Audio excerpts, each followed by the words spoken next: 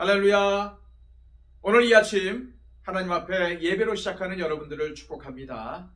하나님께서 주신 이 하루, 오늘도 하나님을 위해 살아가며 하나님의 영광을 위해 살아가는 우리 모두가 되기를 또한 소망합니다. 기도하겠습니다. 아버지 하나님, 감사합니다. 우리 모두가 다 하나님 앞에 머리 숙여 예배합니다. 이 땅이 비록 힘들고 이 세상의 삶이 고난이다 할지라도 우리의 마음은 하나님께 있습니다. 하나님, 하나님께 향한 우리의 마음을 붙잡아 주시고, 이 땅에서는 비록 배척당하고 힘들고 어려운 삶을 산다고 할지라도 하나님께 위로받기를 원합니다. 하나님, 예배하는 우리의 심령 만져주옵소서. 위로하여 주옵소서. 하나님 앞에 무릎 꿇은 하나님의 백성들을 세워 주옵소서. 그 무릎을 강하게 하여 주시고 모든 좌절과 공경을 이겨내며 하나님께서 주신 믿음을 가지고 승리할 수 있도록 인도하여 주옵소서. 오늘도 주님 주어진 이 하루 하나님과 동행하며 보람된 삶을 살기를 원합니다. 하나님과 동행하는 행복을 누리기를 원합니다. 주님 붙잡아 주옵소서. 또한 인도하여 주옵소서. 우리의 믿음이 승리하게 하여 주시고 우리의 모든 것들이 하나님께 향해질 수 있도록, 또한 오늘도 하나님 중심의 삶을 살아갈 수 있도록 도와주옵소서. 예수 그리스도의 이름으로 기도하옵나이다. 아멘. 다 함께 찬송가 516장 찬양 드립니다.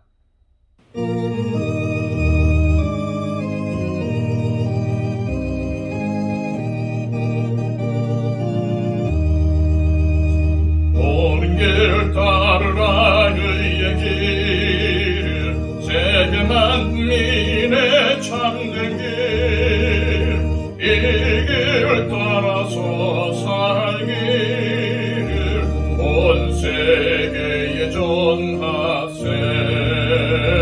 만 백성이 나갈 길, 어둠 밤 지나고 동튼다. 만한 빛 보아라 저비, 주 예수의 나라 이 땅에 곧 오겠네 오겠네. 주 예수 따르라 승리의 주, 세계 만민이 나아갈 길과 진리요 참 생명, 내 창감을 무수고 다 따르라 화평광. 어느 밤 지나고 동튼다. 환한 빛 보아라 저비,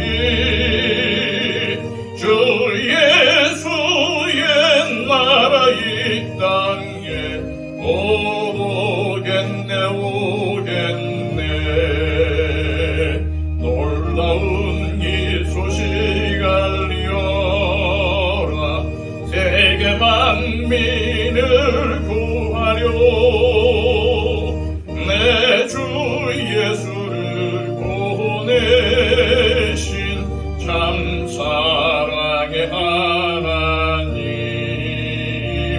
만 백성이 따를 길, 어느 밤 지나고 동튼다. 환한 빛 보아라 저비, 주 예수의 나라 이 땅에 곧 오겠네 오겠네. 오란 길 헤치고 찾아온 길, 많은 백성을 구한 길, 모두 나와서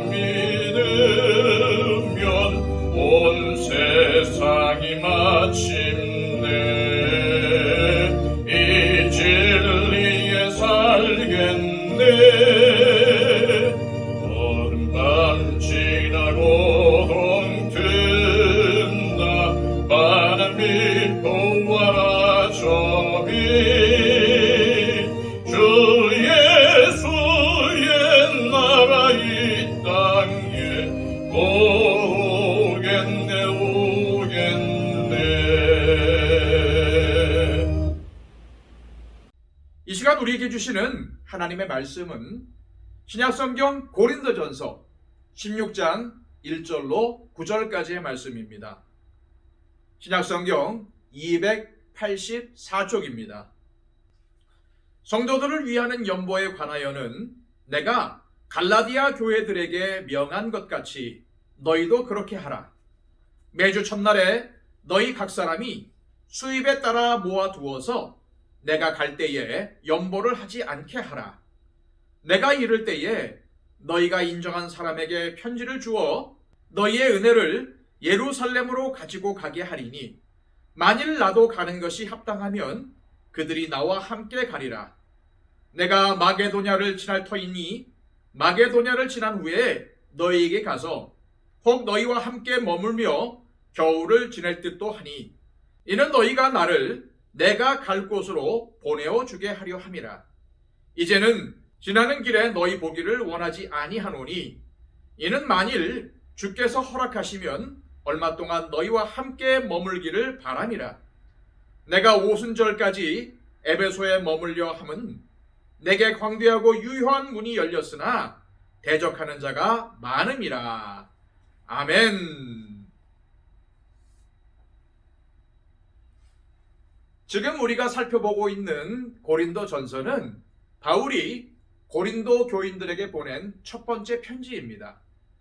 그리고 오늘부터 살펴볼 16장은 이 편지의 맺은 말에 해당합니다. 바울은 이 맺은 말에서 첫 번째로 헌금에 대해서 말씀을 전합니다. 1절에서 4절까지의 말씀입니다. 성도를 위하는 연보에 관하여는 내가 갈라디아 교회들에게 명한 것 같이 너희도 그렇게 하라. 매주 첫날에 너희 각 사람이 수입에 따라 모아두어서 내가 갈 때에 연보를 하지 않게 하라. 내가 이를 때에 너희가 인정한 사람에게 편지를 주어 너희의 은혜를 예루살렘으로 가지고 가게 하리니 만일 나도 가는 것이 합당하면 그들이 나와 함께 가리라. 이 말씀을 통해서 알 수 있는 사실은 이미 바울과 고린도 교회 사이에 헌금에 관련해서 합의된 내용이 있었다는 것입니다.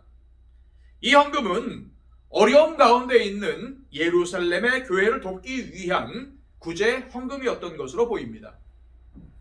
이런 사실은 바울이 쓴 다른 서신서에서도 찾아볼 수 있죠. 바울은 이방 지역에 세워진 교회가 예루살렘에 있는 교회의 어려운 형편을 돌아보고 구제해야 한다는 것을 중요하게 가르쳤고 직접 행동하도록 권면했었습니다. 바울의 이러한 권면은 교회의 사명과 관련해서 아주 중요한 사실을 알려주고 있습니다.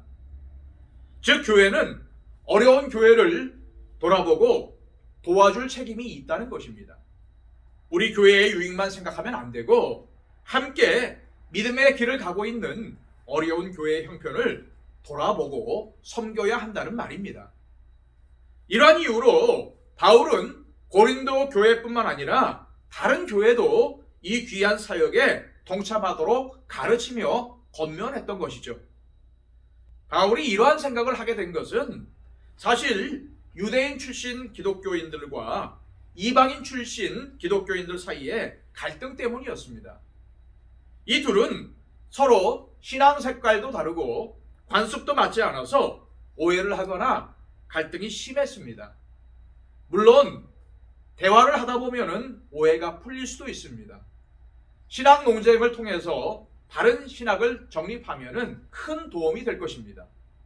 그러나 이보다 더 가장 확실하고 현실적으로 도움이 되는 게 뭘까요? 어려울 때 도와주는 것입니다. 그러면 그 은혜가 고마워서 마음이 열리게 되는 거죠. 그 어떤 대화나 신학적인 논쟁보다도 훨씬 더 효과가 큽니다. 바울은 사역 현장에서 이러한 점을 주목했던 것 같습니다. 그래서 기회가 될 때마다 예루살렘 교회를 도와주려고 했고 이 일에 이방 교회가 동참하기를 기대했던 것입니다. 그뿐 아니라 자신이 직접 고린도 교인들이 드린 헌금을 가져가지 않고 고린도 교인 중에서 직접 구제금을 예루살렘으로 가져가게 하겠다고 했습니다. 그런데 만약 자신도 가야 한다면 함께 가겠다고 하고 있죠. 바울이 고린도 교인들이 모은 헌금을 고린도 교인 대표가 직접 예루살렘에 있는 교회에 전달하도록 한 것은 그 자체가 갖는 의미가 크기 때문이었습니다. 그렇게 함으로써 고린도 교인들이 책임의식을 가지고 지속적으로 다른 어려운 교회들을 돕는 분위기를 조성할 수 있을 뿐만 아니라 예루살렘에 있는 유대인 출신 성도들도 이방인 출신 기독교인들을 바라보는 시각이 긍정적으로 바뀌는 효과를 기대할 수 있었기 때문이었습니다. 또한 이 맺은말을 통해서 바울은 고린도 교회에 가고 싶은 마음이 굴뚝 같지만 당분간 에베소에 머물러 있겠다고 했습니다. 우리는 바울의 이 말을 통해서 바울이 고린도 전서를 에베소에서 썼다는 것을 알 수가 있죠. 그는 당분간 에베소에 계속 머물러 있어야 하는 이유를 이렇게 밝힙니다. 9절 말씀입니다. 내게 광대하고 유효한 문이 열렸으나 대적하는 자가 많음이라. 이 말을 새번역 성경에서는 이렇게 번역을 했습니다. 나에게 큰 문이 활짝 열려서 일을 많이 할 수 있는 기회가 왔습니다. 그러나 방해를 하는 사람도 많이 있습니다. 바울이 곧바로 고린도 교회에 가지 못했던 이유가 뭡니까? 에베소 지방에 선교의 문이 활짝 열렸기 때문이었습니다. 이 얼마나 좋은 일입니까? 이처럼 선교의 문이 활짝 열렸는데 동시에 어떠한 문제가 발생했나요? 선교를 방해하는 대적자들도 많아졌습니다. 바울은 이런 상황을 15장에서 이미 알려준 적이 있습니다. 15장 32절입니다.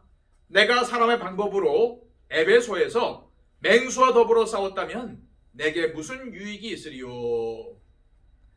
바울은 에베소에서 맹수와 더불어 싸우고 있다고 합니다. 대적자들이 맹수처럼 바울을 괴롭혔다는 것을 잘 묘사하고 있는 거죠.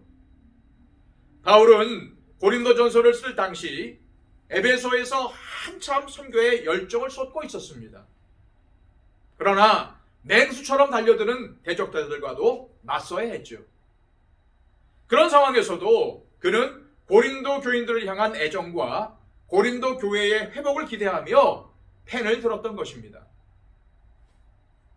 이것은 현재 우리의 모습을 돌아보게 합니다. 교회는 전도와 선교, 봉사 등 하나님께서 맡겨주신 일을 감당해야 하는 공동체입니다. 하지만 우리는 하나님의 일을 하는 데는 반드시 안팎에서 저항이 있다는 것에 대해서는 잘 받아들이려고 하지 않습니다. 그래서 나 자신과 교회가 피해를 안 보는 범위 내에서만 섬기려 하고 저항이 있으면 발을 빼려는 유혹에 빠질 수 있죠.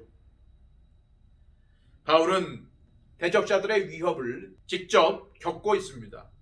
그럼에도 불구하고 당분간 에베소에 머물려고 한 이유는 하나님이 선교의 문을 활짝 열어주신 것을 보았기 때문입니다. 그는 하나님의 일을 하기에 가장 좋은 기회일수록 사탄의 강력한 저항도 있다는 것을 알았던 것입니다. 바울이 고린도 교회를 가기를 원했던 것도 그곳에서 성도들과 즐거운 교제를 나누며 대접받기 위한 것이 아니었습니다. 바울이 고린도 교회에 가면 여러 가지로 다시 가르치고 재정비해야 될 일들이 쌓여 있었습니다. 게다가 불가피하게 교회를 어지럽히고 바울을 반대하는 세력과 맞서 싸울 수도 있다는 것을 그 누구보다도 바울 자신이 잘 알고 있었습니다. 그렇더라도 그가 고린도 교회에 가기를 원했던 것은 영적 싸움을 회피하지 않고 기꺼이 고린도 교회의 회복을 위해서 헌신하기로 결단했기 때문이었습니다.